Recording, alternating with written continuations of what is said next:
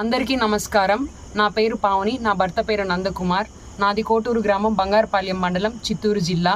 నేను dream makers అనే కంపెనీని గత 2 సంవత్సరాలుగా నడుపుతున్నాను.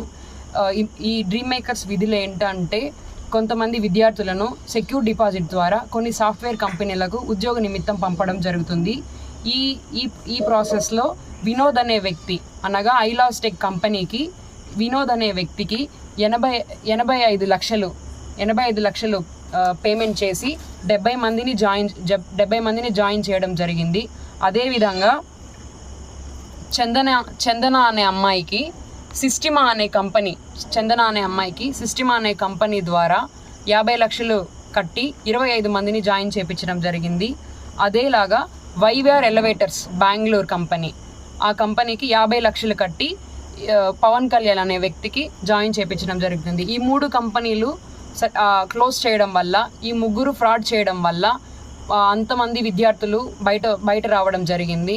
ఆ సమయంలో అందరూ కేసు వేసి ఇలా చేస్తారని బెదిరించగా, నేను నా చేతి నుంచి అమౌంట్ 1,25,00,000 అమౌంట్ని రెకాన్సిస్ అనే కంపెనీకి కట్టి ఈ 3 కంపెనీల నుంచి బయట వచ్చిన వాళ్ళని రెకాన్సిస్ అనే కంపెనీలో జాయిన్ చేయించడం జరిగింది. ఈ రెకాన్సిస్ కంపెనీలో 2 నెలలు మాత్రమే జీతాలు వేసి గత 4 నెలలుగా జీతాలు వేయకుండానే ఉన్నారు. రెకాన్సిస్ కంపెనీ ఓనర్, తన పేరు స్వరూప్. ఇతనికి 1,25,00,000 నేను పేమెంట్ చేయడం జరిగింది. తిను నా అమౌంట్ తీసుకొని 2 నెలలు మాత్రమే జీతం ఇచ్చి 4 నెలలు ఇవ్వకుండా ఉన్నాడు. అడగగా క్యాండిడేట్స్ అందరినీ రిమూవ్ చేస్తాము, మేము ఉన్నప్పుడు డబ్బులు ఇస్తామని బెదిరించాడు.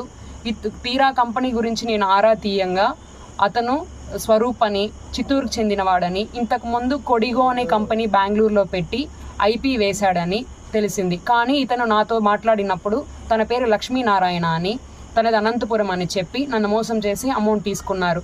ఈరోజు నేను గట్టిగా అడగంగా, అందరినీ నేను జాయిన్ చేయించిన 147 మందిని ఉద్యోగం నుంచి నేను తీసేస్తాను, నా వల్ల అయితే జీతాలు ఇస్తాను, మీరు కట్టిన అమౌంట్ కట్టడానికి నేను 3 నెలలు నాకు గడువు కావాలి అని బెదిరించాడు.